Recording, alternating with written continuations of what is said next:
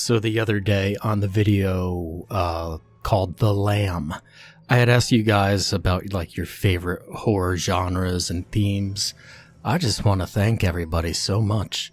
You guys managed to put almost 250 comments on that video. So thanks again. I appreciate everybody for watching. This one's by Makralston. This ain't my first rodeo, so to speak. In fact, just last week, I had to put down a mama mule deer. She had quite recently given birth to 2 beautiful little fawns, just off of one of the hiking trails when we found her. I guess found isn't really the right word for it. 2 of our regular climbers, a couple in their mid-60s, pretty good shape, both of them, stopped by the station early Tuesday morning to let us know that they heard some sort of screaming over by Bison's Brook. Come to find out, it was our mama. Pretty thing. We had seen her around before, but never like this. Now, if her broken hind leg wasn't bad enough, it appeared she had also had some kind of internal bleeding, evident by the pinkish red rash on her tummy. Walt had suggested that we carry her all the way back, but even though I'm no veterinarian, I knew that'd probably do her more harm than good. And suffice it to say, we chose the humane method. Buried her on the spot, which brought me back to my 12-year-old days when Lilith, our pet tabby of 12 years, kicked the bucket in the backyard. And while I ain't no veterinarian myself, both then and now, I sure do know a couple. That's where the fawns went, and from what I hear, they're doing okay. Now I should pause here and explain the nature of this report. Usually, I ain't this informal, but given the circumstances, as you'll soon see, I'd say it's well warranted. This one's different. Now typically, we make these public record because of the FOIA, which normally I have no problem with. However, given what I'm about to disclose, I'd like to petition to have this statement expunged, or however you put it. Not for the sake of myself or really anybody else, but for the church. Now that said, I know I'm asking for a tall order here, and, well, because of that, I'll be sparse with the details. Just in case any wandering eyes that read this or any wandering legs that try to come find the place, well, I'd rather they didn't. I mean, sure, I suppose a keen reader could probably determine, based on my mention of the mule deer alone, the general region from where I'm writing this from. Or, when I get to the part about the place being in a clearing of silver spruce, which state, or even county. Now that said, just cause they'd rule out where it couldn't be, doesn't mean they know where it could, and that even if they tried, it'd be damn near impossible. Now unfortunately, just by saying that, any curious souls, kindred to that of my own, would see this very report as a challenge and read it like a treasure map. But to them I say this, well, there ain't no treasure. All you'll find where the X marks the spot is a stack of rotting logs in the middle of the woods. The church, by the time you or I'd ever find it again, would be dead and gone. The elements have taken their toll already, and the last thing I think anyone would want would be for some group of hooligans to go vandalize the place, or even worse. God forbid for some so-called ghost catcher, paranormal investigator types to tear it to shambles. Just let the poor thing rest in peace.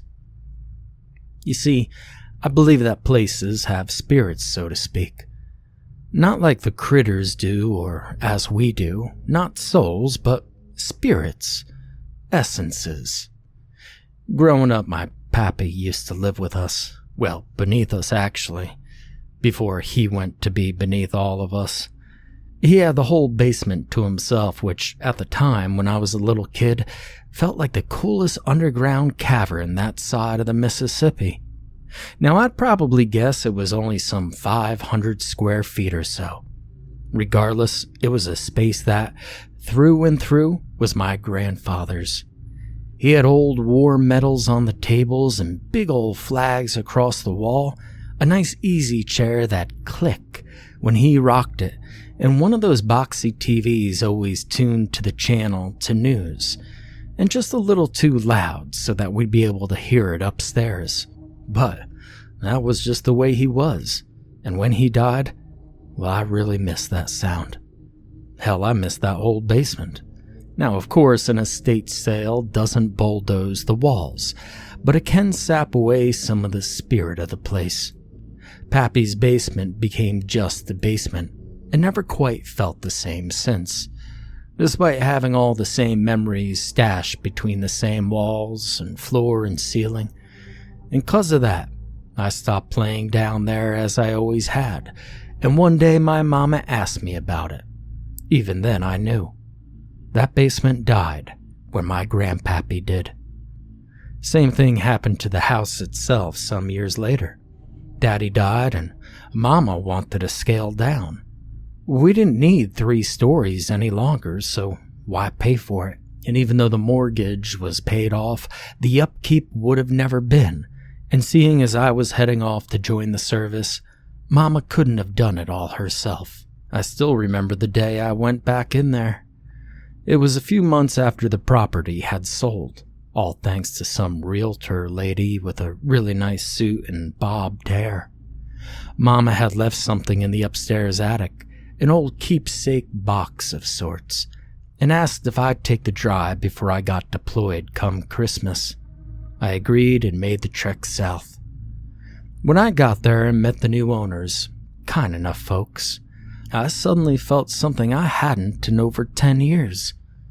That same creeping feeling I had after Pappy died, except instead of the house being outright dead as the basement had been, it was taxidermized, stuffed with something or someone's new.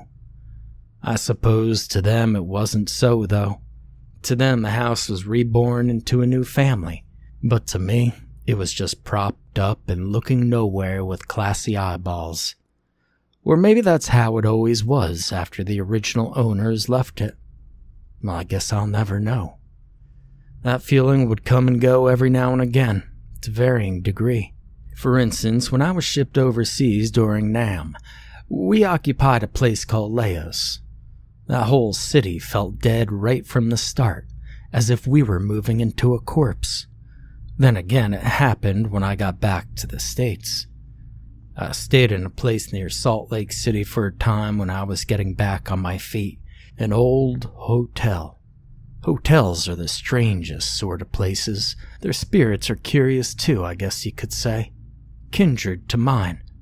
'Cause nobody truly settles there for long. Their essences are ever-changing, and you could feel it if you try. Lord knows I did. But churches, on the other hand, are places of deep connection, focused energy, sort of like houses turned to homes. They absorb the spirit put into them, like aging milk that takes the flavor of the meatloaf left next to it in the fridge. And though I haven't been inside one in quite a while, I don't think anyone needs me to explain what I mean. I don't have to. You could just feel it. I know the couple certainly did. And no, not the fit one in their 60s. This was a young one, probably in their 30s, skin salty with sweat, eyes wide, faces white, and hair on end. If I could have gotten a word in, I'd have asked them if they'd seen a ghost. But they answered that one for me. Apparently, while on a closed-off trail that they shouldn't have been on, figures as much, young people being the most curious of souls, they had spotted a building off in the distance, a good 2 or 3 miles or so into their hike. It was a church, according to them, complete with a bell and steeple and all the fixins you might find in one built before the turn of the century. I suppose such a discovery wouldn't have been beyond the realm of possibilities, and, at least for the time, ruled out their hysterics as being some kind of practical joke. I then started to ask them what had spooked them so badly. figuring the place was occupied by either squatters or critters, when they cut me off swearing that the place was damn haunted. I asked them how they figured that out, and they replied something to the effect of, "It plays all on its own." Now, as I said when starting off this whole thing, it wasn't and still ain't my first rodeo, you see. Hysterical folks are nothing new to me. Well, I was just surprised that neither of them was injured. I told Walt to stay with the couple in the station, calm them down as I took the trail in hopes of verifying their story. He agreed. Neither of us expected any kind of danger, or ghosts for that matter, way out here in the middle of nowhere, especially consider that I always carry a .40 cal. And besides, I figured I could have used the stretch. Now, unfortunately, stretch was a bit of an understatement. You see, after all, the trail was cut off for a reason, and that reason being it was damn near treacherous. I've hiked dozens of trails, I've climbed plenty of mountains, and even camped in the jungles of Vietnam. But I'd be lying if I said the walk wasn't a bit of a doozy. I suppose it's my older age, especially compared to a couple of kids, who, come to find out, weren't lying after all. There really was a church way out there.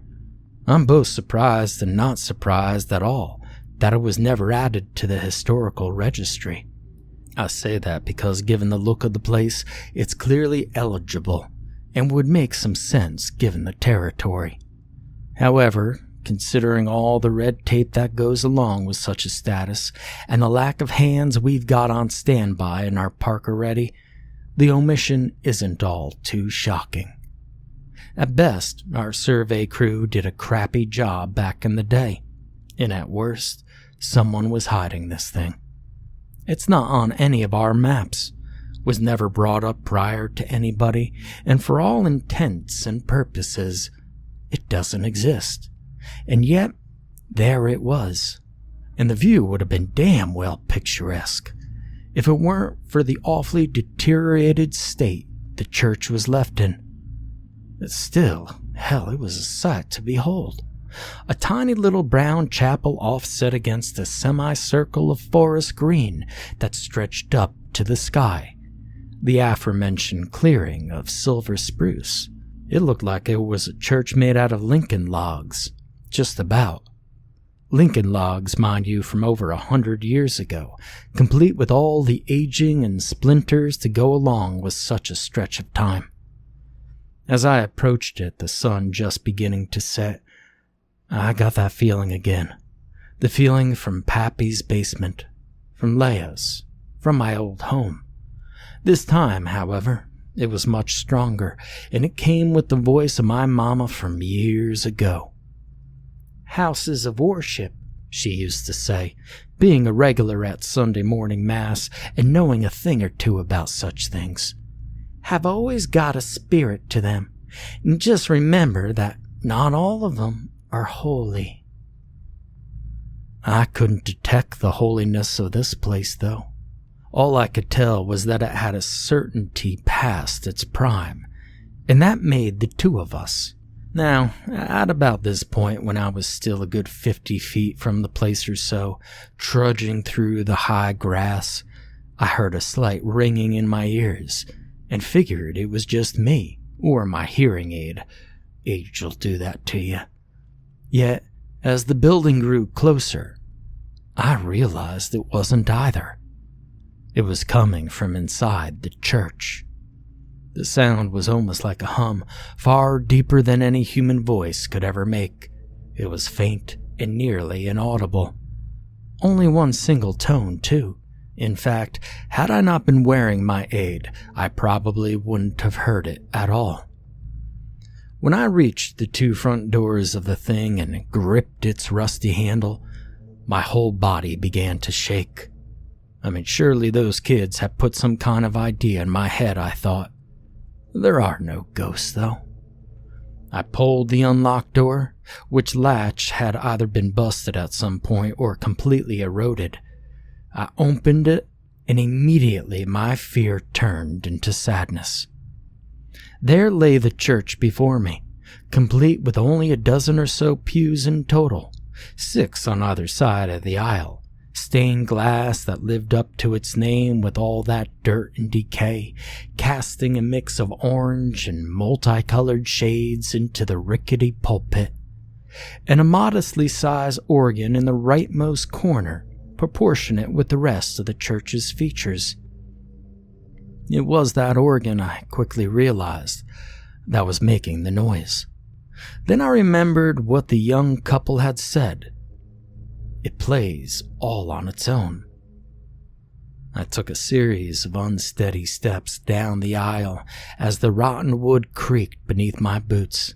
Every few feet or so, a new cobweb would snag along the rim of my hat, and I'd have to push it aside. Scurries along or within the walls would then follow, and I realized that my suspicions of critters making the place their new home were confirmed. And then when I reached the pulpit and I turned right, I settled my gaze upon the organ. If memory serves, which it usually don't, the note pressed down along the keys was a C. Just like the rest of them, the key was covered in so many layers of dust that the original white was now a brownish beige. I say that to demonstrate how there were no ghostly fingerprints in the dust, no apparition holding the key down. It was just stuck like that, as old pianos and organs often get. Something then crackled like paint beneath the single note from the key, and I lowered my eyes to the bellow pedals at the base of the instrument and studied it for a good long while. If I didn't, I might have assumed that it was the wind or the place settling, as if it hadn't already. By watching it carefully, though, I realized that ever so slightly, the pedals moved, almost impossibly slow. It gave just enough air to the thing to keep the note playing, and when I realized this, the whole place suddenly made sense. This, I thought, staring at the aptly named instrument and feeling the hair rising on the back of my neck, was the church's lung, sucking its final breaths, and I was witnessing it. Reminded me of Lilith all of a sudden, that old kitty, going off by herself in the backyard to die alone in peace when nobody was around to see her. And so, instead of taking my digital camera and snapping away like shoving a lens into a dying old man's face, I placed my hand along the dusty organ shelf, and I felt its steady vibration as it played. I thought of all the memories that must have been made between these 4 walls, and all the songs sung, and the lives lived, the Christmases, the baptisms, weddings, and funerals. And now, almost poetically, I got to be there for its last one, the one for itself. I then left the place in silence, the sun having already been set. The whole hike back, that single note played continuously in my head, and when I eventually reached the station a few hours ago, the couple had long since left, and only Walt was there to ask me what I'd seen. I asked him to use the computer that we had on hand, and that's when I started writing this report.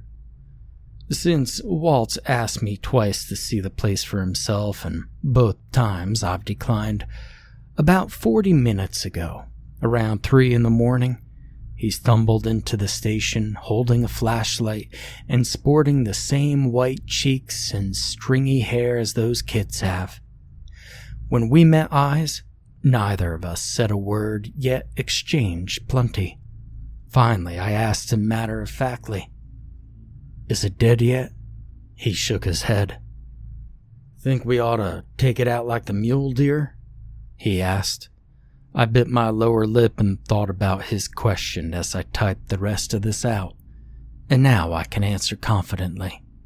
So long as we or nobody else don't go back there, I tell him, we already have.